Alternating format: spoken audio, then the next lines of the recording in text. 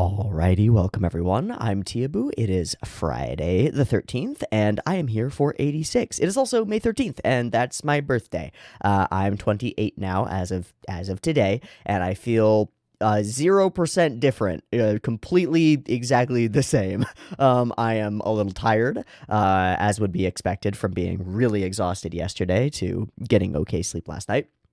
I've got some delicious tea with me. I had a great breakfast, and I'm ready to go. Today's birthday plans are do this, go to the gym, smoke some weed, maybe watch a movie, like hang out with some friends, and that's it. That's my whole plan, and it's gonna be lovely. I guess if you want to support me on my birthday, you could send me a dollar on Patreon. That would be cool. It's in the description. Anyway, we're not here for that. We're here for 86, the anime episode 3. We've watched the first 2 episodes, and they've been good. Not exceptional, but certainly good enough. And in episode 2, which we watched most recently, we laid what I think is going to be the foundation for a lot of where this show ends up going. The history of this nation, Lena's part to play in it, the way that she interacts with these situations and is sort of trying without really having the bite behind it to get some change going, and nobody cares. The situation that she's in, the situation that the nation is in, and some of the material facts about the history of this nation and the 86s. We found out that our enemy, the evil, I forget what their actual name is, the evil empire, they don't actually matter anymore because they're all the Legion now. They Skynetted themselves and have been taken over by robots. At least that's what the propaganda says. We don't know if it's true. What if it's not true? I don't know. But that's the propaganda, is that they Skynetted themselves and are just an evil machine empire that's trying to kill everything. I've played a couple of those in Stellaris. They're brutal. So this is interesting and very fun. And then we went into battle with the 86s, and I brought up a gripe that I had, which was with the sound design, and there are a bunch of comments that we'll get to in the comment spotlight, having to do with that music production or the sound production and the way that it all works together, and that's totally fine. People having different opinions about the way that something sounds, totally fine. There are people who listen to, like, light rock and go, my ears, and there are people who listen to light rock and are like, why this no have double kick pedals, where is my drummer? Everybody interprets things differently, and that's fine. It's good, it's cool. I didn't like the sound design, and that's okay, and so I expressed that. Okay, anyway, blah blah blah blah. I'm a little off. It's morning. I need more tea. But we had a tense moment with Vladilena in an amphitheater full of children, full of students, trying to tell them that the 86s are actually people, and them being like, but they're not people, so they're what? And she's just not making any headway. Also, some interesting interactions with the MP that was in there. I'm not 100% sure where that's going to lead, but I figure he might have reported some things to some people, and we'll see how it goes. Another crucial element brought up in the last episode was the fact of the 86's forced, let's say, non-consensual drafting and subjugation into inhuman status. Yeah, they were people, and now they're not people, and it's specifically because they don't look like us. They don't have white hair and silver eyes, and they're not, genetically evolved humans. So they're pigs, and we can kill them, and they're not human. Okay, neat. So there's some fraught stuff in the background of this nation and the way that they view their people and their populace and the subjugated people who are under them, although they don't view them as people, which makes it even weirder and harder.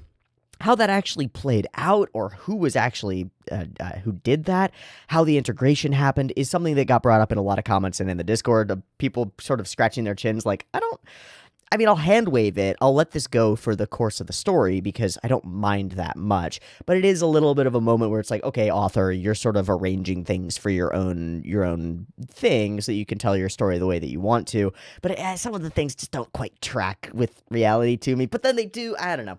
It's complicated, and that's a sign of good things to come, because setting up a complicated situation is useful for creating complicated character interactions and complicated emotional and moral and ethical moments, and I'm excited for that. Okay, let's move on to some comment spotlight. There are a lot. We're gonna go through them. I'll cut this up, but there are a lot of them, and some of them are really long, so give me a moment here. Patrick Grunsel writes, while I agree that Goop has way better sound design, I also think they're going for very different effects. Goop is a Tank Otaku passion project. Of course, it's going to have the sexiest sound design for vehicle sounds and cannon fire. 86 is not about the mechs, it's about the gritty sci-fi world. The sound design reflects that, with the guns from the technologically advanced Legion having a high-pitched sound compared to the more standard sound made by the 86's cannons. You mentioned the screws in a bucket, and I think it's intentional. We know the 86's mechs are old rust buckets, so they emphasize the clinking and clanking they make when doing literally anything, not to mention the metal-on-metal contact during the lowest fight. I'm not saying it couldn't have been better or that I wouldn't enjoy a detailed sound design like Goop, but I think they knew what they were going for, and it works for what they're trying to portray. I actually don't disagree with almost anything in this comment, except that I wouldn't enjoy a detailed sound design like Goop. My issue with the sound design on this show has nothing to do with the detail of it. It has to do with the fact that I feel pain when I hear it. It hurts my ears. It makes my ears hurt. I don't like the sounds that they're using. You can use high-pitched sounds to create a certain effect without having them be painful to audience members, and I think it's part of a sound designer's job to make that happen. Now, somebody down lower, Potato, writes, yeah, as someone who is really into music production and audio engineering, I actually enjoyed the sharpness in the sound design. Fair enough. Ultra fair. If it don't hurt your ears, I could see that. It hurts my ears, though, and I think that it's important to recognize as a sound designer, like, to figure out, does this sound good?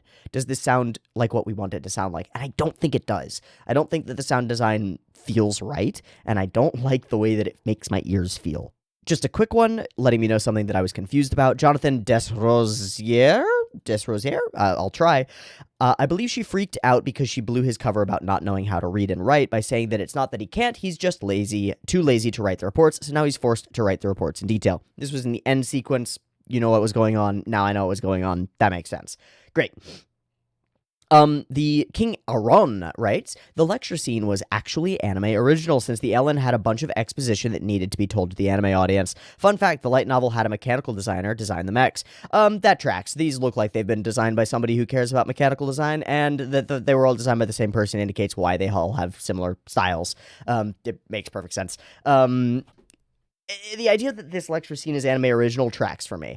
It felt out of kind of nowhere, and I had sort of a background question in my mind brain that was like, okay, why would this teacher bring in this girl, Vladilena, why would he bring her in when seemingly everybody and their moms and their dads and their commanding officers all know that Vladilena thinks that the 86s are humans, and that's what she's probably going to talk about when she comes in here? Like, she just walks into a history teacher's room and is like, let me tell you the real truth. Can you imagine doing that in an American high school or any high school in any nation that you're in? Walk in and be like, let me tell you the real truth about America's wars in the world and how we've, Japanese internment camps and all the things. You could not do that. You could not do that. Especially in a military fucking academy? Are you joking? So, the idea that they shoehorned this in as part of the anime in order to get some exposition out, it makes sense. And again, I'm willing to hand wave it. It's fine. Sour Marty, completely agree about the sound design. I found the sound effects to be obnoxious, and as a result, it made that whole battle scene hard for me to watch. Really hoping that aspect gets better. Yeah, I just don't want my ears to hurt. That's it. Foxtrix writes, Sawano got a Sawano, dropping his Sawano beat and whatnot. Yeah. Early days yet, but we will probably see some better use of the OST down the line, hopefully. I think so. It makes sense. I will bring this up now. I didn't realize that this was a Sawano show. I just didn't. And so I was like, it sounds kind of like they're doing like a kill thing. It's like, oh, yeah, no shit. Well, it's a Sawano drop. And it's what Sawano's known for. And Sawano is like a big name to have on a show. It brings in more viewers. People are like, ooh, cool, there's gonna be cool music. This has done well for me in the past. Now, you can argue that Sawano being the same every time, all the time, but it still works. It creates these powerful moments, and so they had to put it in the first episode, because otherwise people are gonna come out of the first episode and be like, where's the Sawano? Bro, I was promised the Sawano. And so there it is. There you go. And that's why it was there. Great. Laconic Kibitz writes some quick German lessons. Eintagsfliege is mayfly. A maze is ant. I might mispronounce these, sorry. Grauwolf is grey wolf. A loa is lion. Overall, even as a fan of the show, I completely agree regarding the combat scenes. It feels like they're still trying to get a feel for how they want to depict the warfare, and to their credit, they've done a passable job. The director is definitely better at framing and composing intimate and character-focused scenes, but I do think he gets better as the episodes progress. I also agree with your statements regarding the sound design. Cannon Fire has a lot of bass, and these high-pitched metallic noises make the shots feel weaker. However, to be fair to the other people commenting on the sound design, that seems to be what they're going for all the Legion sounds. It all feels that way to me, and even the big fucking guns feel that way to me, and it doesn't matter how high-tech your projectile ammunition is. Like, if you're exploding a lot of gunpowder, a lot of an explosive to propel a shell through a large tube, it's not gonna sound like ka-shing! It's gonna sound like gugoom, and I'd rather have gugoom than ka-shing, because ka-shing hurts my ears. It makes me feel pain. That said, one of the major directorial decisions that have been made is that Lena and Shin never share the screen at the same time. I don't know if this tracks into the future, but for now, this is true. A lesser director would probably have both characters on opposite sides of the screen with a border between them as they converse, but 86 goes so far as repeating dialogue in order to show the different perspectives of the characters in the conversation. A minor thing, but I do like that. Yeah, that's cool. Kitty Fairy, I do not think it was the term/word you were looking for, but another example of getting around calling a war an actual war might be the Korean War being called a police action, at least as far as the U.S. was concerned. Other times it was to get around constitutional requirements of Congress declaring war. Of course, yeah, the U.S. has only technically been at war 5 times in history: the War of 1812, Mexican-American War, Spanish-American War, World War I, and World War II, and of course the Civil War. Let's not forget that one, please. That was a war, and it was the United States at war. I know it's not an international war, but still. Cool. PCJ27. I think the robot butterflies are supposed to be like chaff, which is when aircraft throw. I know what chaff is. They might be. They might be. However, they're very expensive for chaff. They seem very expensive. I thought that there was something about them being electronic something, like disruptors or something. So not only to confuse guided weapons as you write, but to actually divert like communications and stuff. I don't know if that's the case. I don't know if that's true. I was also curious to think whether that cloud was literally like a thought cloud of robots, right? Can they share information between themselves? And that bridges the gap into the questions of these robots, like tactically. Do they communicate? Do they like if you shoot a robot in Sector A, does the robot in Sector B know? Do all the other robots in Sector A know? Do they know only if the Eintagsfliege are above them and communicating back and forth? If the Eintagsfliege are above you and there are a bunch of the other things, the Grauwolves or whatever, coming in, can the Eintagsfliege see you and then direct the Grauwolves to go to you? Are they tactically interesting? Like, or do they just run at you? Because so far they just sort of run at you and then they set up their positions and they go pew pew. I don't know. I don't really care either. It's just, I'm curious. There's a huge conversation under Rudolf Peichel's comment about the discrimination angle. I'm going to straight up skip it. Sorry. Go read that section yourself. There's a great discussion between him and Arcane Theorem and GK, and it's pretty good. Okay, Bill DeWitt writes, so the evil empire Skyneted themselves, or so the propaganda machine claims. Yeah, for real. No, seriously though, honestly, I don't see why they would lie about that, although if they are mistaken, that could lead to some interesting developments. Yeah, so what if the evil empire is not actually Skyneted, and they're just using autonomous drones, and we're just turning that into a reason to hurt them? I don't fucking know. That'd be weird. Bill goes on to write, I like your analysis of Lena. She is doing what she should be, really, using her position of privilege to fight for what she believes is right, despite the risk of ostracization by her peers. But at the same time, she seems rather arrogant/naive in her position. Yeah, both in her belief that her uncle will always smooth things over for her. Oh yeah, that might not happen. And that it feels like she thinks she understands the 86 better than she does. Ooh, yes. She mentioned she has been to the battlefield, but it feels like what she got from that experience was pity for the 86 rather than respect for them as fellow human beings. Definitely feels like she has a bit of a savior complex. Thank you, God, Bill DeWitt, for using that phrasing. That is exactly the phrasing that I was looking for in the last episode when I started talking about that.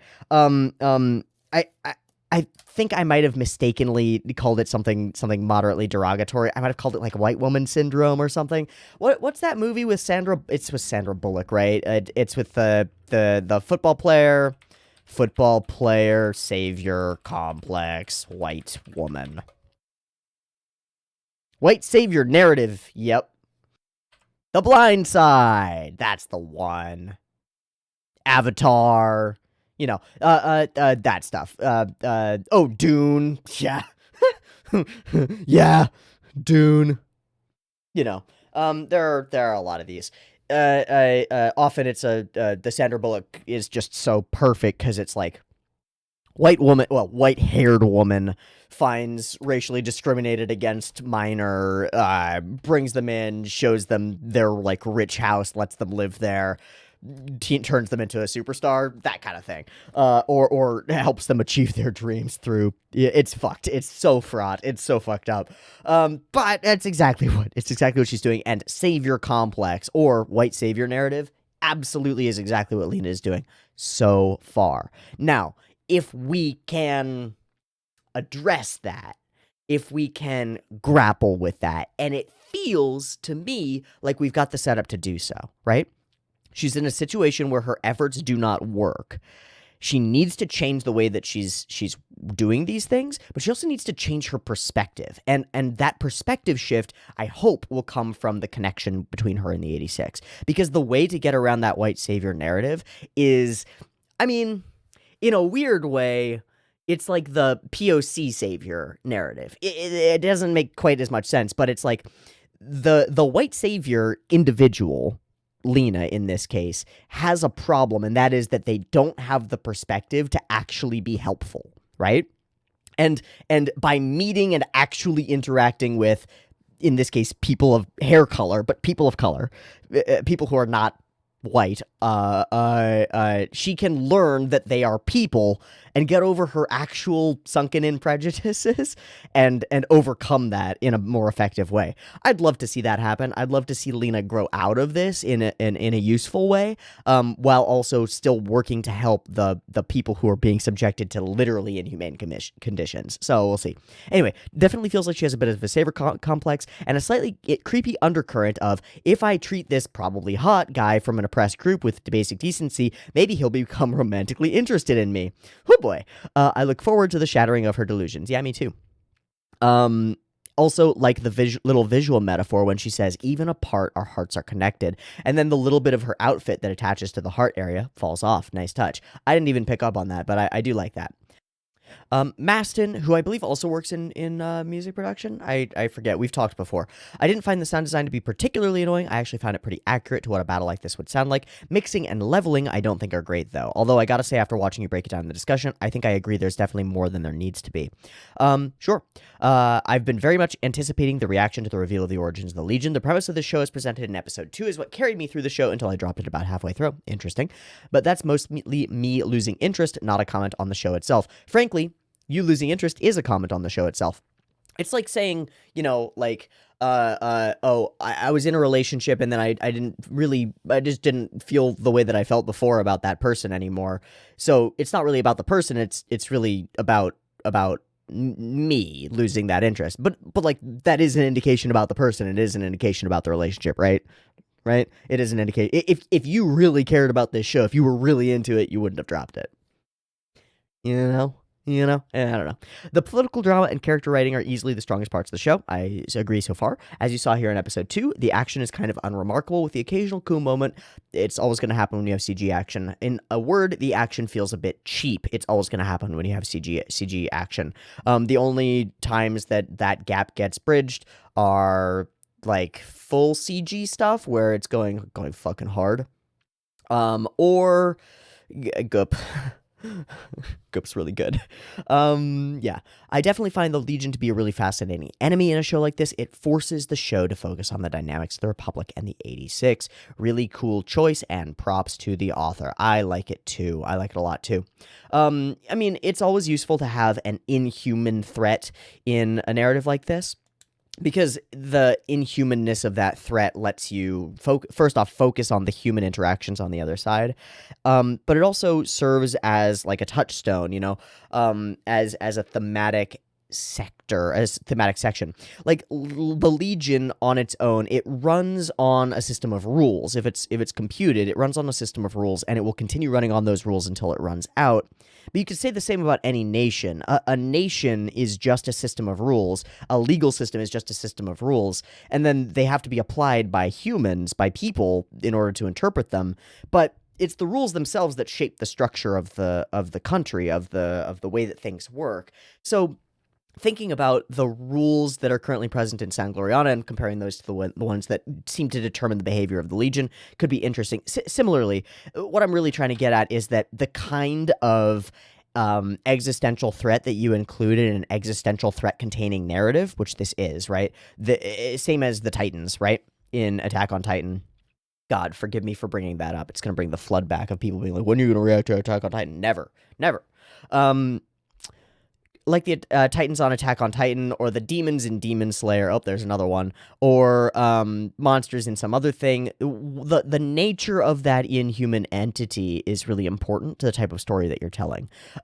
Stories about aliens often have to do with fear of the other. Stories about zombies often have to do with, or come up in times when we feel like when there's a pervasive malaise across society, and there's this concept that like zombies in film often represent the masses, and the feeling that individuals can't express themselves or can't find a way in the zombified masses.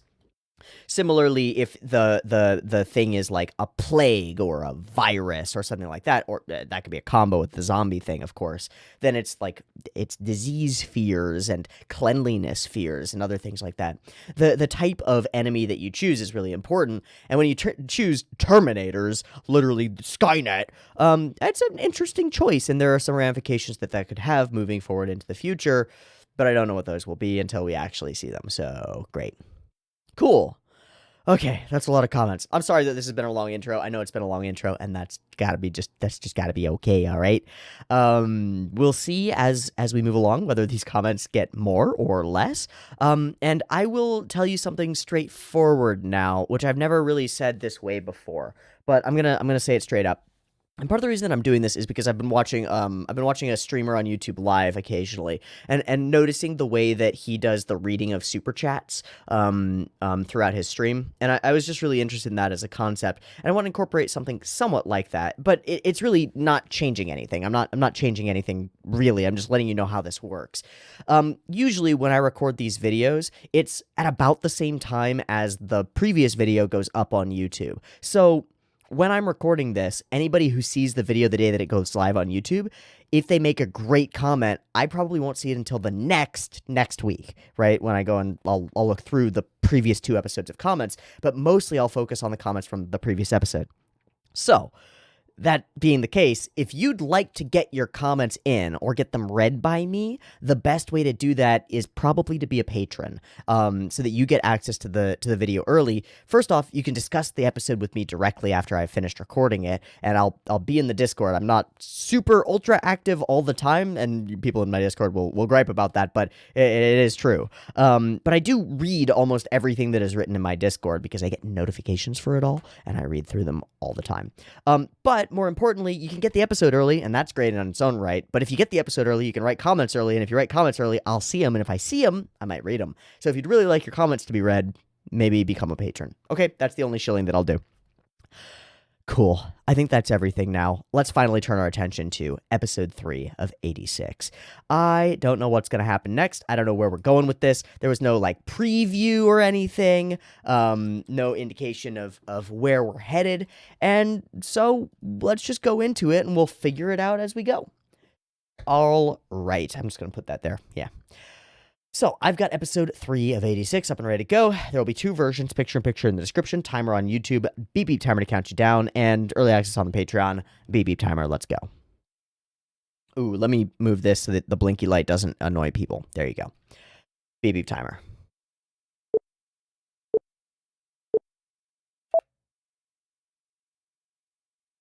This is Shin. Signal lost. All right, we lost one. This is after another thing. Yeah, how could you be sorry? I do like these smoke and fire effects. They're They're real, I think. I don't think they're CG generated, but they're being applied over with good effect design and composition or compositing. Different.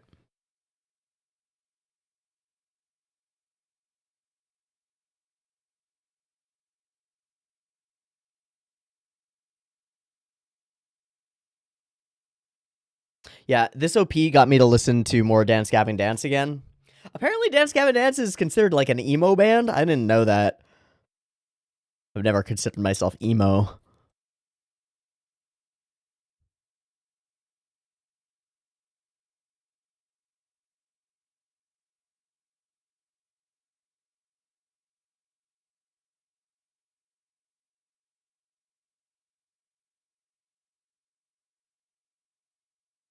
I do like that they have a little bright light from the little view thing on their eye every time. I wonder whose little bit that was.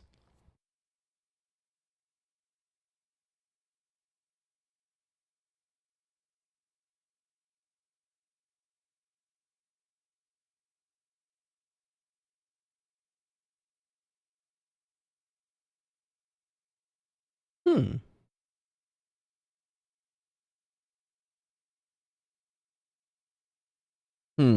Pigs that live outside the wall.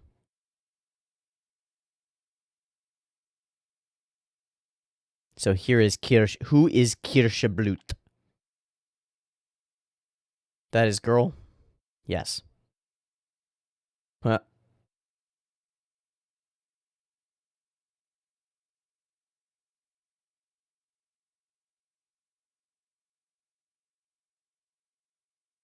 Wonder who that guy's voice is. Oh, he's super familiar. No. Guys, no. Don't do it. No. For the sake of the show, don't do it. I understand that's fine, but, like, don't do it.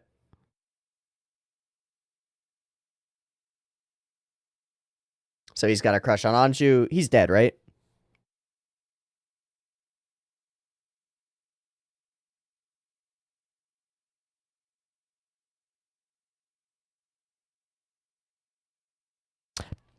Damn it, show. God damn it, show. God fucking damn it, show. I mean, fine, but fine. All right, whatever.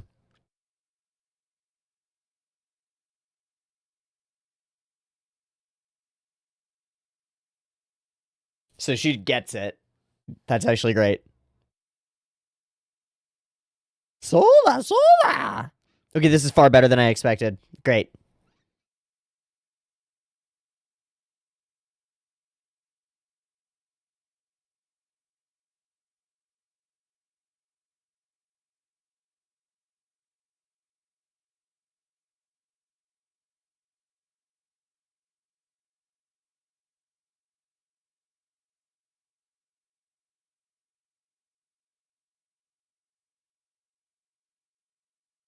Of course not.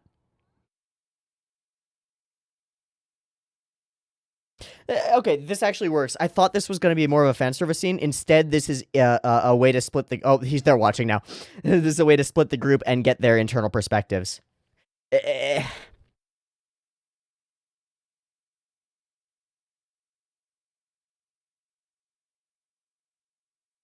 Yikes. I don't know what Yobai is, but I can guess. Of course you don't. Uh-huh. Of course. I'm gonna notice.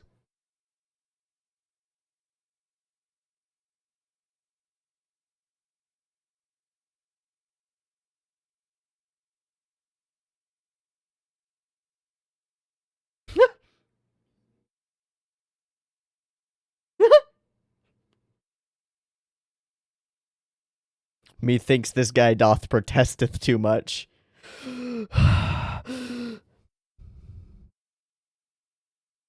fuck? Oh my god, the guns come out immediately.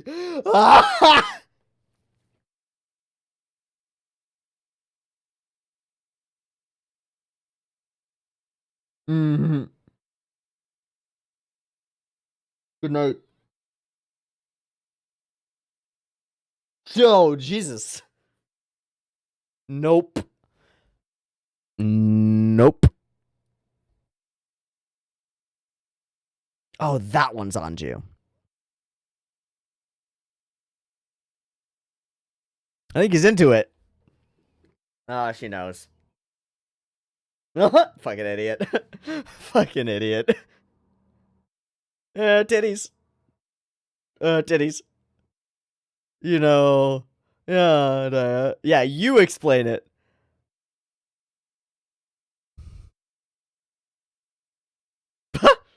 Ah, they're all connected. So you walked up instead to interrupt. So you snuck up and watched instead. That is kind of what happened.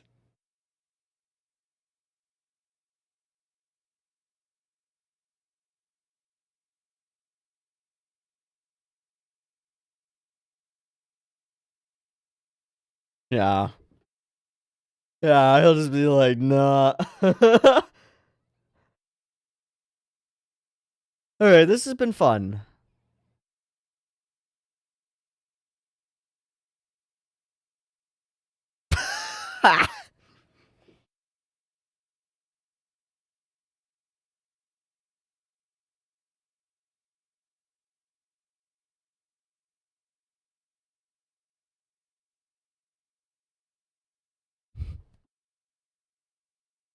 That's what I'm looking up. That's all I'm looking up.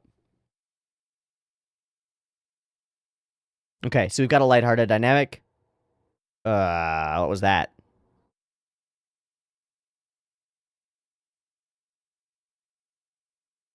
That is not what happened.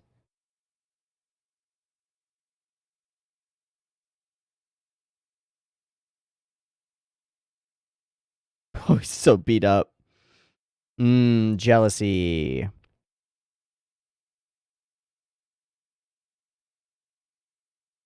Oh, I get it now. Do you think? A white pig. Shiro.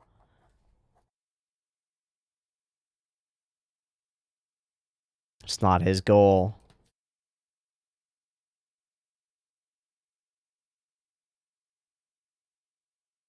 Yeah, that's fucked up. Of course.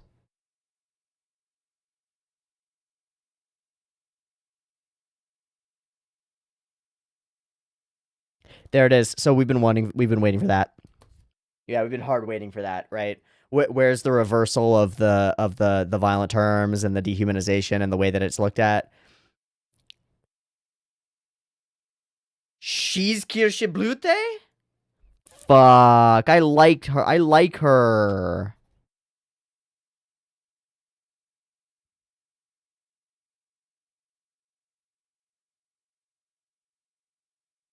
Hello, kitty.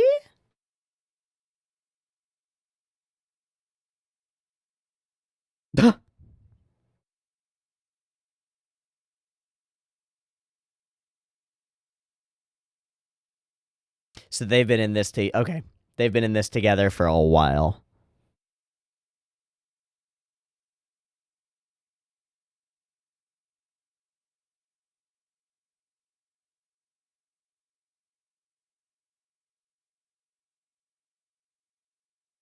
Not quite.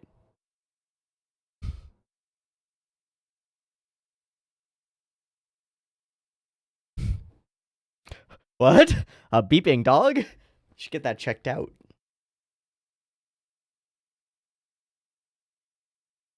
Sounds like a...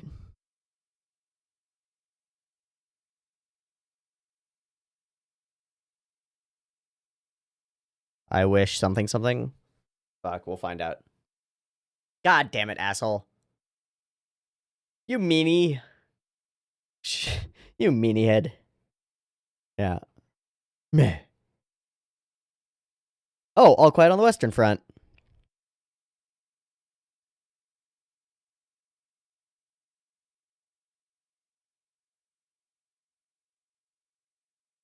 Can't see the stars for the brightness. It's too bright. You can't see the truth.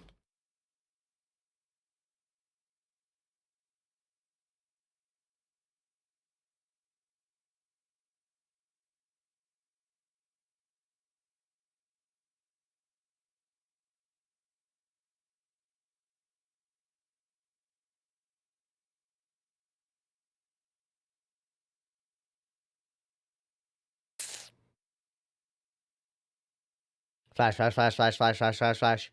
I mean, yeah. Kind of, a little bit. Yeah.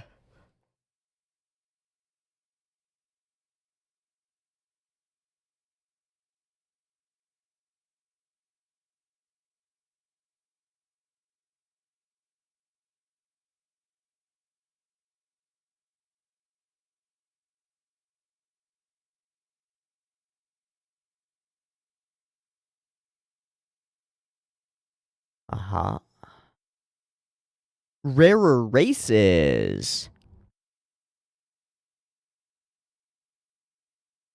Abuse. Yeah. Yeah. That makes sense. Ooh. Right. Meteor is falling. That's big of you. That twitch.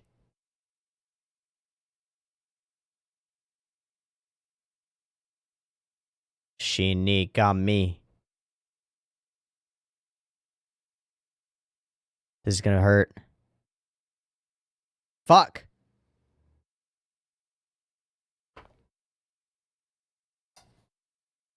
Oh, this is a CG library. Weird.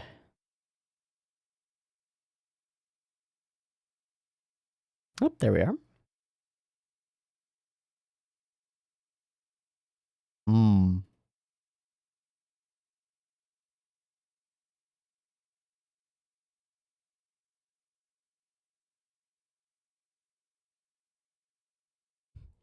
That streak has to end.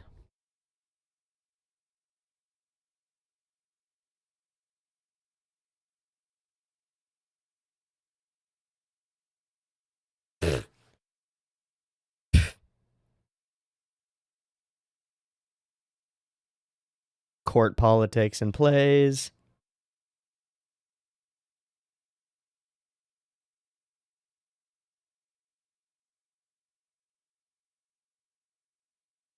How do they know when the Legion are going to attack?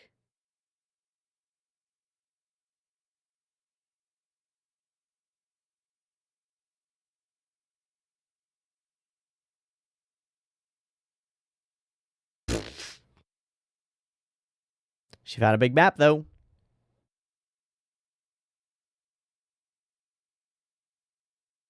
Nice.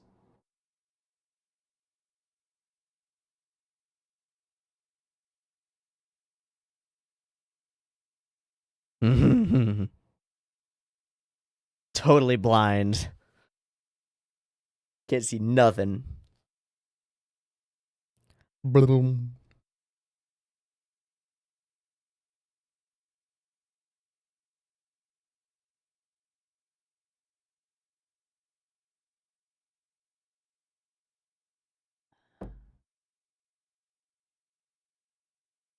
Oh, I was actually like listening out because I heard that before. I was like, is that my cat?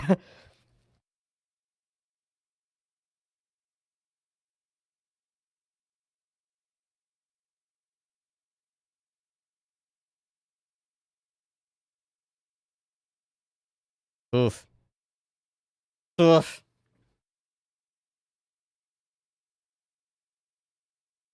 Oh, he's empathetic. Yeah, that tracks. That tracks. It's part of it.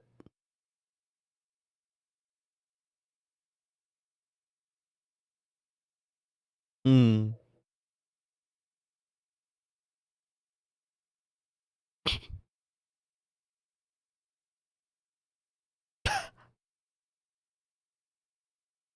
Cat. Remark.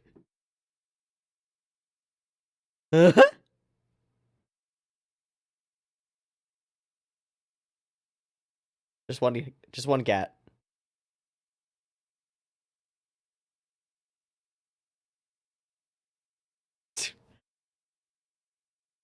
Great. Okay. Okay. It started coming whenever you look at it and say something is such a good meme. So we're back here, and we just cut. So this is this night.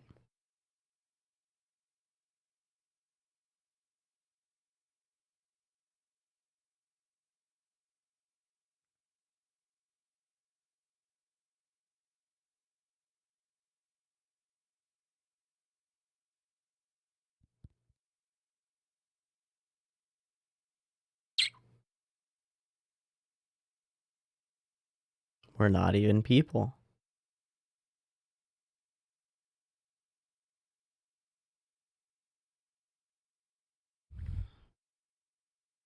Ew. Ah. Ah.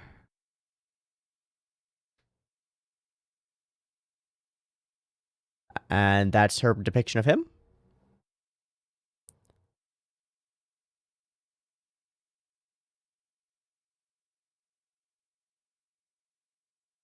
Ugh. Hmm.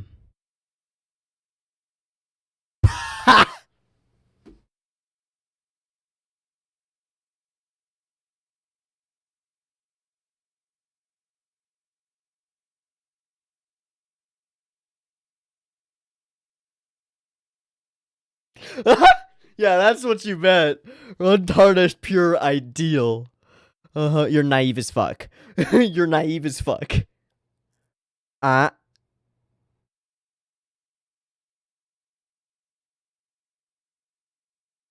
She thinks Shin is gonna break him.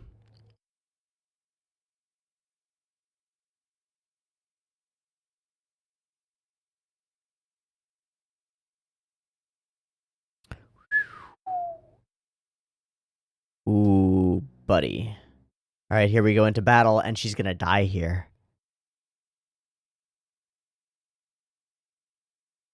How are they already aware?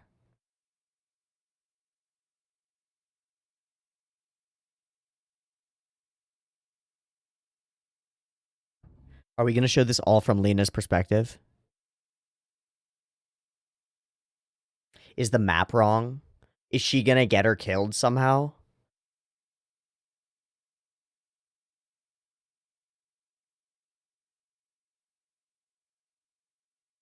I like this backing track a lot.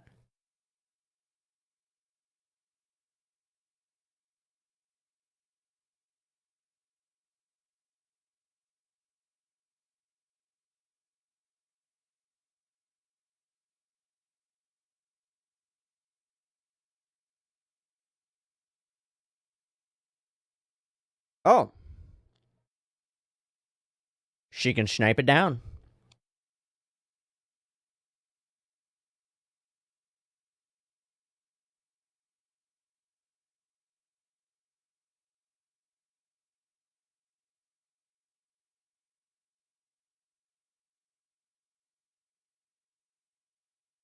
Huh.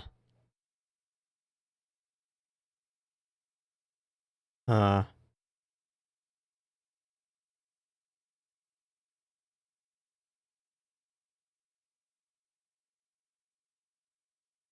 They identify with it, though. Okay, it just doesn't matter.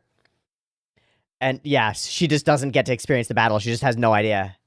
That's great. Oh, Undertaker. So sick. That's great. I like that we get to see it from her perspective because it makes her feel disconnected.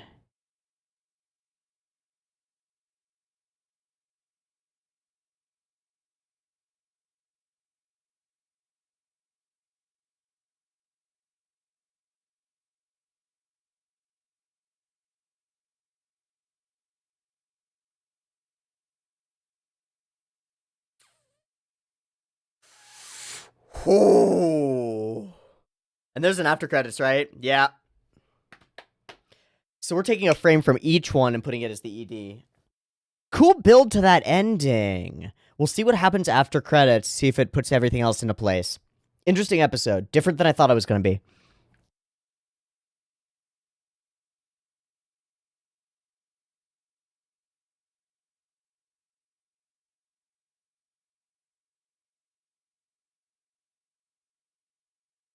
This is the first loss that she's experienced with them, seriously. Yeah, this is great.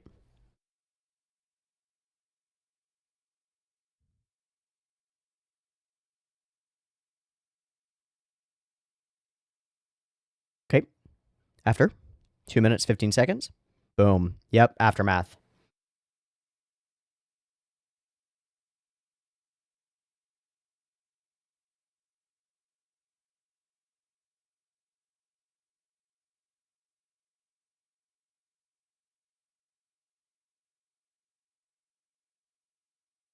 You can't even see the battlefield. Is this going to be backhanded? Yeah, backhanded.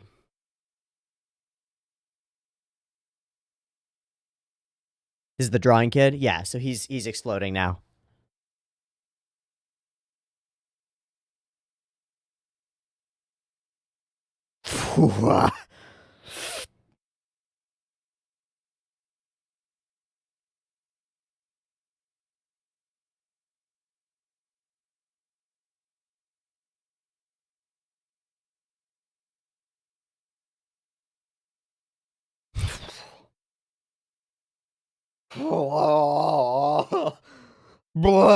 That's not what I was like. Called the fuck out, girl.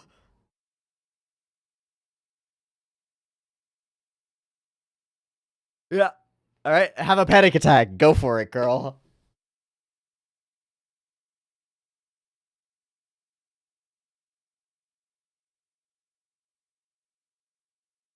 Based. Fuck.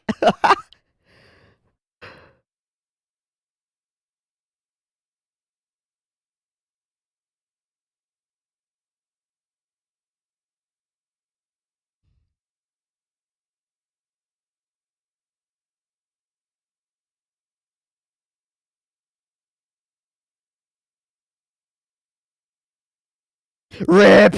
Rip your savior complex, girl. Holy shit. Absolutely destroyed. Brutal. Real name. Great. All right. Good. Hard episode to get through. I'll level with you. I understand now, to some extent, why there were two different opinions that I heard about this episode as we came in. And I couldn't help but overhear these, or overread them or whatever. Couldn't help it. Episode 3. Some people said, episode 3 is where things kick into gear. And other people, completely separate conversations, said, episode 3 was the hardest to get through. And in some cases, it's where I dropped the show. I understand why now. I get it now.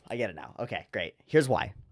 Because the first half is actually kind of boring. It's because it's all characterization. It's all characters interacting with each other. It's all the 86 having their camaraderie and conflicts and stuff like that. But it's so that we get to see these characters a little bit more, so that when they die, it actually has an impact on us, like a little bit. Because we started episode 1 with a death, right? But not of somebody that we actually knew. Just he was there with the cat, and then he was dead, and they were all sad. Okay, great. Now we have a character that we know, that Lena knows, that everybody knows, who we've seen, and she is, to some extent, directly responsible for her death. And, of course, that's new. That's a lot. But we have to set it up. We have to do all this beforehand, and I understand why we have to do it now. This is great. This 2 minutes or whatever is utterly brutal. Absolutely demolishing where Lena's coming from. And it's not a fair set of statements, right? It's brutal. This is intended to hurt. This is somebody lashing out from a place of pain to cause pain. but he's not wrong in a lot of circumstances. So that's pretty great. I think that's really, really good. And we see it. It's all set up right here. We know this is happening beforehand. The only question that I had was, who's Kirschblut? I actually thought it was the redhead girl. Partly because it would be really convenient if the girl who has a big crush on Sheen gets dead. It'd be really convenient narratively, but it's actually probably better that it doesn't happen that way, because maybe she'll start blaming Lena for this death. This guy doesn't specifically blame her for the death, instead blames her for the millions of deaths, right? Like, the millions of deaths. It's your people. And it starts to become that Shirobuta thing, that white pigs, you're all the same, you're all monsters. You're all monsters, you're all the worst. Hell yeah. Oh, I get it now. Here's the real pig that lives outside the Grand Moor, because they're all pigs that live outside the Grand Moor, the big wall, but that's the real one. That makes sense. All right, cats, stuff, chilling. Need her to make dinner. Oh yeah, this guy, Daya. I'm gonna look up his voice actor. Daya Haruki Ishiya. He's Shuichi Tsukamoto in Hibike Euphonium. A couple of other people, no roles that I specifically recognize him from, except that one. Okay. Moving along, making food. Hey, we should go and a little peek on the girls. So, this always scares me. I always hate this shit. I'm sorry for being so actively against it, but the number of shows that try to have their cake and eat it too, with female characters being sincerely characterized characters, and then also allowing for the men around them to be utter perverts, mostly for the purposes of using their viewpoint to show us nudity and sexualize the characters. I really gripe with that shit. I don't like that shit. However, that's not actually what plays out here. It's what seemed like it was gonna play out here. So I also like this joke with the faces. It's cute. Transitions. Was this necessary? Yeah. Oh, it's a pot to a pot. So, booties, and moving around. But then they specifically address the being sexy thing, and they talk about it, and the whole thing just changes, just switches. I like this moment where we focus on the frog, because it's sort of an indication of like, oh, this frog watching from behind a thing, watching its prey, is sort of what they're doing. It makes sense. Now, there is some savisu here. We get to see them in tank tops, yippee-ki-yay. But it's not super gazy, and I don't have a huge problem with it. It's fine. More importantly, we do split the girls out from the guys. We get to talk about Sheen, get to demonstrate that a bunch of the girls are interested in him. This sets up this character's interest in him and her reason for hating Lena, which in this case is pure jealousy. It's just like, I hate her. But it's also because she's a fucking Shirobuta. She's a white pig, and white pigs killed her fucking parents. So we argue about it. We see that they're capable of arguing and having fun, like kids, and that's really important, and that's really what happens. Yobai. So I looked that up. This is it's a thing where a young unmarried man would silently enter houses with young unmarried women. A man would silently crawl into a woman's room and make his intentions known. If the woman consented, they would sleep together. Oh, I would hope. Only if she consented, but I don't know. By the morning, he would leave. The girl's family might know about it, but pretend they did not. It was common for young people to find a husband or wife like this. Fucking actually crazy. Fucking actually crazy. There's also night hunting in Nepal, which is the same idea. Like literally you just go into their house and you're like, hey girl, what the fuck? Crazy. And your family ignores it, and that's how you, oh, Jesus, crazy. I'm sure there's more complication to it. I also love this, I don't actually care about him. Okay. All this is cute. They demonstrate that they can do cute character faces being cute and like the basics of character interaction and having fun, and it's good. It's fine. This gag where they all pull out the guns and are just instantly there, great.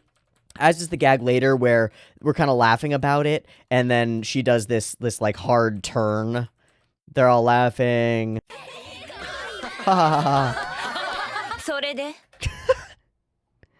So fucking good. That's great. I like that a lot. I'd like to know who her voice actress is as well. I don't know her full name. She's Kirschblut, but she's the dark-haired one. I'll find her. Haruka Shiraishi. I recognize that name. Where do I recognize you from? You're not in Sympho Gear, are you? No. Just checking. Oh, Tai Oto so the mother in Wonder Egg Priority. Interesting. And that's like almost it. Okay, fine. The character interactions in this first half are solid. They also feel like not the same show. So I understand that somebody watching this might be like, the fuck is this? This isn't what I signed up for. Where are the mechs fighting each other? Where's all the cool shit? But it is necessary background, I think. I actually think it's necessary background. It was just a rat. There are rats, and he so casually lies about that. That's a really interesting little moment that goes sort of understated and under the radar. Very quick to lie about it. And about an expression of violence in the room with him. It's really interesting. It's just the immediate thing that they jump to, and everybody else is on board with it. It's just interesting. I mean, abuse leads to that all the time. Okay, he should be spending time with us, with the rest of us, mostly me. I hope he'll just break her already. We'll see. I still hate her. They used my parents as target practice like garbage. This expresses and expands on what we know about the 86s. And we tell the story about the meteor shower and, to some extent, the differences between our place and your place and where we're at. We have this cool moment where he looks up and does all this, and he says a thing, and we kind of can just move past it, honestly, until Kirschblüte, do you hate us? And Kirschblüte gives us a really, really composed answer, if you will. A very, court answer. I don't know if it's an accurate answer. The answer she gives is a legitimate one. It is to recognize that the individuals are not the ones necessarily responsible for these acts of horror, but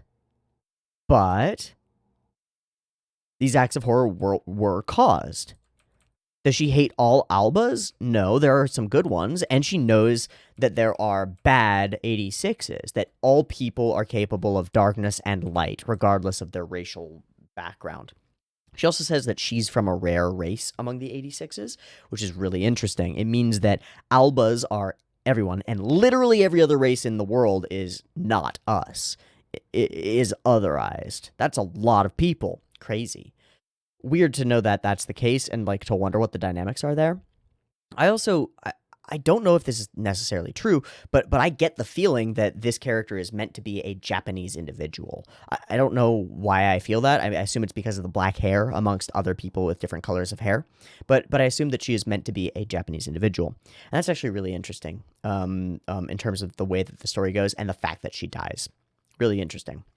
But I think it's pretty clear from the way that she expresses herself that she was abused physically, violently, probably, sexually, possibly, in the 86 camps because that shit happens. There are, you can be in a place where you're getting tortured with other people, and instead of being comrades, they turn the pain and violence onto the people around them. Happens all the time. And it's fucked. It's absolutely fucked. A lot of stuff happened at the camps and in my previous units. So she's also been in different units, which is another indication that this unit runs differently. And we can again sort of guess that it's that violence, sexual violence, that kind of thing. I'm sure that there are good Alba, but I've never met any. And the Joker card goes down, and we see him scribbling away and getting angrier and angrier. I need to thank them then. He twitches. There are no good Alba, at least the way that he sees it, I think. Can I ask you something? Why do you care about us is the question that you will ask. Okay, so we go through here. We find the maps. She's just ignoring everything. That's fine. We go in here. We have our conversation. We tell some bits of the conversation that happened earlier. And we move forward into flashes through stuff. I actually really like that sequence as we cut through scenes that we've seen. And we're just cutting around, moving a little bit to show time passing. I mentioned that. I forget what show it was that did this a lot. But it's a good technique. I like this. And we finally get to the actual question. Why do you care about us so much? What's the point? And the answer is, once upon a time, I was saved by a processor. Oh no, Lena. Oh no. This is one of the tropes. Saved by X must save X. All right, I'm starting on TV tropes at I owe you my life. I'm finding different things. Because you were nice to me, it meant something to me. savior relationship, stuff like that. But I'm not actually finding the specific thing that I'm looking for. There's something about Lena being saved by 186 and then wanting, like, that setting in her a constant viewpoint on 86 is it's fine. That's fine. I don't hate it. It explains a lot. It explains why she's so vehement about it and so ideologically different from all the people around her. It also, this is just a feeling and an opinion. It's not necessarily the case. It feels a little trite, but I don't know. Okay. We are members of the Republic. We were born here and grew up here, is what the 86 said to her. It is a citizen's duty. I'm proud to do it. I think we need to live up to the example set by his words. Very nice. So you would propose that the 86s should love fighting for this nation. No, but she thinks the Albas should. I love the breakout from that with the virgin thing and like, what? No, what? Ah! Very cute. And then she warns her, you shouldn't get involved with us. You're not cut out for this. Essentially, you're too soft. And we're about to find out whether that's the case because she goes into combat. She tries new tactics in order to save the day and hopefully help her people. She doesn't realize that there are wetlands there. And because she's the one giving orders or something, Kirsche Blut gets stuck in wetlands and killed. And it's her fault. At least there's a strong reason to think that it's her fault. So she says, I'm so sorry, everybody. It's all my fault. Wah. I'm so sorry. And he comes back at her. Are you fucking kidding? Look, when everything's chill, we can play along and pretend that we're friends. But when shit's going down and one of our comrades is dead, we don't have fucking time for you. Your hypocritical bullshit doesn't matter to us. Fuck off, let us be. After all, we're not high-minded humans like you. Maybe we don't feel anything. Maybe we're just useless. You do all of this. You watch from your warm and safe place inside the walls. And the truth is that all of this hits Lena right in the fucking heart because it's all things that she feels. It's all true. It's all real. The question moving forward is how she deals with this, because probably every handler that they've had has had some kind of situation like this, or later has experienced whatever the fuck happens with Sheen and has left because they don't want to deal with these stupid 86s. How will Lena bridge this gap? She's gotten to the point where she cares about them, and now that means they can hurt her, and they have. And she has hurt them. What does she do next? What's her way forward? What does she choose to do? Does she continue communicating with them at night? How do they feel about that? Will they answer her? Does she act differently toward them? Does she try harder? What does she do? What will she do in this moment? Because they can't change anything from where they are. They just do their job and they die in the process. Lena has to make choices. Lena has to change. Her entire worldview, her entire perspective on herself, that is this perspective of, I am a good person. I am a person who cares about the 86s. I am a good handler. I am better than the other handlers because I show care for the 86s. I am a compassionate leader. I lead these people because I am forced to, but I try to help them. And now it's all been torn apart. All of that like viewpoint on herself has been shredded. No, you're not. You're a fucking hypocrite who sits in your comfy ass chair, safe inside your goddamn walls. You go home to your beautiful mansion and you eat delicious food. I guess not real eggs, but still delicious food, and have all the time in the world to sit around and chat with your fucking friends. But we're not your friends. We're not at all. We're your soldiers, and we'll put up with it to some extent. You know, it's nice to talk to somebody. It's better than not talking to somebody to some extent. But fuck off when it comes to the real deal, because you don't know shit. How will Lena respond to that? Because she can't say, but yes, I do. No, I really do care. I just can't do anything about it. No. This is the spark. This is the spark. This is the loss that matters of Kirsche Blut. This is the loss that matters for the story. This is the inciting incident, and this is the thing that snaps. It has to, if this story is going to continue. This has to be the thing that snaps Lena out of her naivete and forces her to go on a journey of self-reflection and discovery in order to actually get some change done, in order to actually fix things. And I'm really excited for that because it's perfect. It's perfect. It's great. This is the moral conundrum that she is forced into. And all the things that I've had bits of gripes with in terms of her characterization and her naivete all come to bear here. They're all explained and acceptable at this moment, narratively. Because if they were just going to continue, then we are just Sandra Bullock in The Blind Side, right? We're just savior complexing it up. But if we indict that perspective, if our show and the characters within it directly, but the show itself is indicting Lena's perspective, it did a really good job of demonstrating that the other Albas are fucked, but it's been showing Lena as like trying but naive, like, oh, we give her the benefit of the doubt. That's useless. It's maybe even worse than useless, because in this situation she thinks she's good and it doesn't track with her actions. She needs to be doing something. She needs to actually take action. This is great. This is great. She's the equivalent of somebody Twitter posting about discrimination, right? Like, great, you posted it on Twitter and you got 100 likes.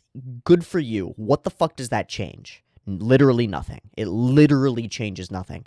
That's not to say it's not important. Communication, the democratization of information, the way that we spread information like that, and opinions is super important, super crucial. But it's still futile. It doesn't do anything. It doesn't do anything. I can tweet all fucking day, Russia shouldn't invade Ukraine, war bad, blah, blah, blah, blah, blah. But I'm sitting in my room tweeting shit. I'm not doing anything about it. And so there's something wrong with having a perspective. Like, if I were to sit and make those tweets, there's nothing wrong with making those tweets necessarily. But if I were to sit and make those tweets, and then I were to pat myself on the back and go, good job, we did our part stopping violence today. No, you fucking didn't. No, you didn't. And Lena's the same way. Oh, good job, Lena. You, what? Were nice to the 86 while still commanding them into battle, while still acting as a part of the large military institution that keeps them underfoot and trods them down and destroys them. Oh, yeah, good for you. You really did it, right? It's like if you're a slaughterhouse worker and you say that what you do is acceptable because you pat the cow on the head before you hit it with the air gun. Like, what? No, you're still a part of the process that's killing cows. The fuck? In this case, literally pigs, right? Like, you're still a part of that process, you know? It doesn't matter if you're nice to them. You're still fucking everything up. And it doesn't matter if you go home from that job and then speak out against industrialized livestock. It doesn't matter. It doesn't do anything. And so the fact that the show is indicting that indicates to me that the author knows that this is how this character's been set up. She is her own straw man, and that's great. That's fine. I'm glad. I'm so glad. Because if we just continued on that path, this could be really bland and really, really shit. If we just continue on that path and Lena's just like, I'm a good person because I'm nice to these pigs. It's like, fucking no, dude, no. So this is really good. She gets beat the fuck up verbally here. I also like the dark ringed shadows around her. It's great. And her facial expressions throughout this are gripping, are gripping. The little head shakes, the actual like, brutal, absolutely brutal, and really, really good. Solid thumbs up on that portion of the episode. And overall, that portion of the episode changes the way that we interact with a lot of the things that we know about the story so far and about Lena so far. So really good, really good end here. Absolutely rough. And I'm very, very glad. What next? Lena focus. What's she going to do? I don't know, but she's got to freak out here. Got to figure some stuff out. And I love it. Maybe she should read some books. Maybe read some books, girl. How about that? That won't do anything. But, you know, figure out politics. Figure out how to actually make some change. Okay. Good episode of 86. That'll be it for me, everyone. Thank you so much for watching. I've been Teeaboo. This has been 86 episode 3. I hope you've enjoyed. Happy birthday to me. I'll see you next week for more. If you want next week's episode reaction, it'll be on the Patreon. Check it out. And I will see you next time for that. Lovely. Peace.